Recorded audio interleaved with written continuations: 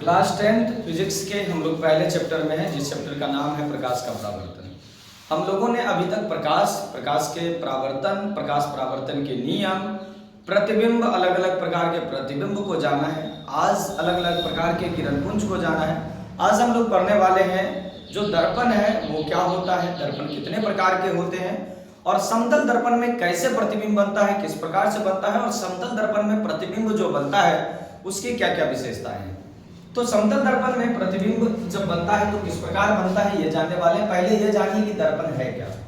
दर्पण कोई भी समतल या खोखले गोलीय कांच का यदि टुकड़ा है, उसके किसी एक सतह को रचित करने पर जो प्राप्त व्यवस्था है, जो प्राप्त साधन है, वह दर्पण कहलाता है। किसी भी समतल या खोखले कांच के गोले के टुकड़े के एक सतह को रंगने पर, एक सतह को रचित करने पर जो साधन प्राप्त होता है उसे हम दर्पण कहते हैं। दर्पण इसीलिए एक सतह को रचित किया जाता है ताकि उससे प्रकाश परावर्तन की घटना घट सके, ताकि हम उसमें अपना प्रतिबिंब देख सके, चाहे वो उल्टा दिखाई दे या सीधा दिखाई दे या बड़ा दिखाई दे या छोटा दिखाई दे या वस्तु के समान आकार का दिखाई दे। तो इसे दर्पण कहेंगे। किसी समतल या गोलीय कांच के टुकड़े के किसी भाग को, एक भाग को रंगना है और रंगने से जो साधन प्राप्त होगा वो दर्पण कहलाएगा। दर्पण दो तरह का होता है, समतल दर्पण और गोलीय दर्पण। समतल यानी कि प्लेन मिरर और गोलीय यानी कि स्फेरिकल मिरर। दो अलग अलग तरह का दर्पण हमको देखने को मिलता है। प्लेन मिरर जो है वो समतल दर्पण जो है किसी समतल कांच के एक भाग को रंगने से हमें समतल दर्पण प्राप्त होता है।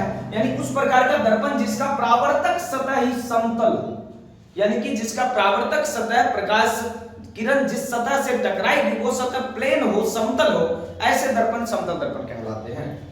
मान लेते हैं कोई समतल दर्पण है। समतल दर्पण में हम लोग प्रतिबिंब कैसे बनता है उसको जान लेते हैं। माना कि कोई समतल दर्पण है जिसका नाम है एम एम देश एक समतल दर्पण है जिस पर कोई बिंदु स्रोत है O, वहां से प्रकाश की किरण आ रही है। पहली किरण है O A, जो दर्पण के A बिंदु पर आपतित होती है और आपतन के बाद, आपतित होने के बाद ये AB दिशा में परावर्तित हो जाती है। पहला किरण किसी भी प्रतिबिंब के निर्माण के लिए हमेशा कम से कम दो किरण की आवश्यकता होती है। तो पहला किरण मैंने लिया कि कोई बिंदु स्रोत है O और O से कोई प्रकाश स्रोत है यहाँ O, वो O से पहला किरण आ रहा है O A, जो दर्पण के A बिंदु पर आपतित होकर AB दिशा में परावर्तित होती है। और जिस बिंदु पर आपतित हो रही है वो है A, यानी कि आपतन बिंदु यहाँ है A, और A पर एक लंब खींचा गया है जिसका नाम है AN, जो दर्पण के अभिलंब को बताता है। इस प्रकार से इधर एक कोण बन रहा है, इधर एक कोण बन रहा है, यानी कि आपतन कोण और परावर्तन कोण बन रहा है, जो परावर्तन का नियम कहता है कि दोनों बराबर है।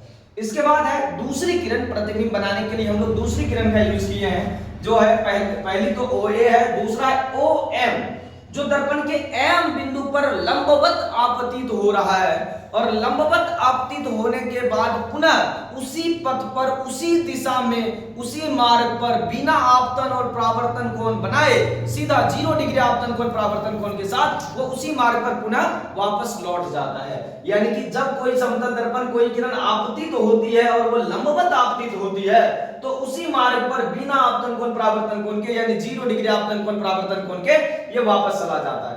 आया भी 0 डिग्री के साथ और गया भी 0 डिग्री के साथ। इस प्रकार से ये जो है आपतन कोण और परावर्तन कोण के बीच किसी भी प्रकार का कोण जो है वो नहीं बन पा रहा है, क्योंकि जिस पथ से आया उसी पथ से सेम वे में वो गुजर गया। ये दूसरा किरण है।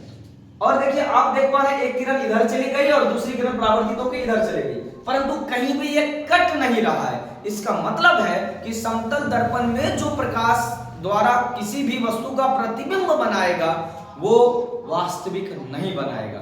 यदि किरणें वास्तविक रूप से कटती तो वास्तविक प्रतिबिंब बनता, परंतु वास्तविक रूप से नहीं कटा है, इसलिए यहां काल्पनिक प्रतिबिंब बनेगा। तो इस किरण को जब पीछे बढ़ाया जाता है तो यहां तक पहुंचता है, उस किरण को जब पीछे बढ़ाया जाता है तो यहां पहुंचता है, और किसी एक बिंदु पर दोनों किरणें कटती हुई प्रतीत होती है। इस प्रकार आप देख पा रहे हैं कि जो AB किरण है इसको पीछे बढ़ाने पर I बिंदु पर आती है, जो OM किरण है उसको भी पीछे बढ़ाने पर I बिंदु पर आती है, और दोनों जिस बिंदु पर कटती है वही समतल दर्पण का प्रतिबिंब I का निर्माण होता है। तो इस प्रकार से I समतल दर्पण का प्रतिबिंब है जो बन रहा है। अब एक बात यहां गौर कीजिएगा कि OM जो है वो MI के बराबर है, पूरा का पूरा बराबर है, यानी कि वस्तु दूरी जितना दूरी पर था उतने ही दूरी पर प्रतिबिंब का निर्माण होता है। समतल दर्पण में जब भी किसी प्रतिबिंब बनेगा, किसी वस्तु का प्रतिबिंब बनेगा, तो उसमें वस्तु दूरी और प्रतिबिंब दूरी दोनों बराबर होगा। यानी आप यूं कह सकते हैं कि समतल दर्पण में जितना दूर पर हम वस्तु को रखेंगे, प्रतिबिंब उतना ही दूरी पर बनेगा। वस्तु दूरी और प्रतिबिंब दूरी दोनों बराबर होता है। अब आगे बढ़ते हैं, यहां जो लिखे हैं सेम टू सेम वही लिखे हैं। माना कि MM देख समतल दर्पण है जिसके सामने कोई बिंदु स्रोत है O और इनसे पहली किरण निकल रही है OA दर्पण के A बिंदु पर आई कोण के साथ आपतित होती है और पुनः परावर्तन के बाद 8 परावर्तन के कोण के साथ जो है ये AB दिशा में चली जाती है। दूसरी किरण है OM जो दर्पण के M बिंदु पर आपतित होती है और पुनः उसी मार्ग पर वापस चली जाती है। OM तथा AB को पीछे बढ़ाने पर I पर करती है, जो ऐसा प्रतीत होता है, कटती नहीं है वास्तव में बल्कि करती हुई प्रतीत होती है, जो दर्पण के प्रतिबिंब I को बताता है। यहां हम लिखें OM बराबर MI यानी कि वस्तु दूरी बराबर प्रतिबिंब दूरी। अब हम समतल दर्पण में बनने वाली प्रतिबिंब की विशेषता को देखते हैं। कैसे निर्माण होता है समतल दर्पण में प्रतिबिंब, इसको जान चुके हैं। अब समतल दर्पण में जो प्रतिबिंब बना है उसकी क्या-क्या विशेषताएं हैं इसको जानते हैं। पहली विशेषता यह है कि समतल दर्पण में जब भी प्रतिबिंब बनेगा तो वो काल्पनिक होगा और सीधा होगा। तो समतल दर्पण में बनने वाले प्रतिबिंब हमेशा वस्तु की अपेक्षा सीधा होता है और काल्पनिक होता है, यानी कि काल्पनिक प्रतिबिंब हमेशा सीधा होता है। दूसरा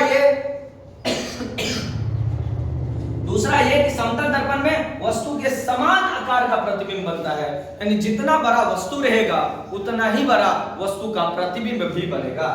तीसरा ये समतल दर्पण में वस्तु दूरी और प्रतिबिंब दूरी दोनों बराबर होता है। आप कह सकते हैं कि जितना वस्तु को पीछे रखेंगे दर्पण में भी उतना ही पीछे प्रतिबिंब बनेगा। उसके बाद है समतल दर्पण में बना प्रतिबिंब पार्श्व रूप से उल्टा रहता है। पार्श्व रूप से उल्टा कहने का मतलब समतल दर्पण में जो प्रतिबिंब बनता है वो वस्तु का दायां भाग बायां भाग दिखता है और बायां भाग दायां भाग दिखता है। इस प्रकार के परिवर्तन को पार्श्व परिवर्तन कहा जाता है और यह समतल दर्पण में होता है। तो समतल दर्पण में जब भी किसी वस्तु का प्रतिबिंब बनता है तो वो पार्श्व रूप से उल्टा बनता है। उसके बाद समतल दर्पण में बना प्रतिबिंब हमेशा दर्पण के पीछे बनता है। यह समतल दर्पण में बनने वाली प्रतिबिंब की विशेषता है।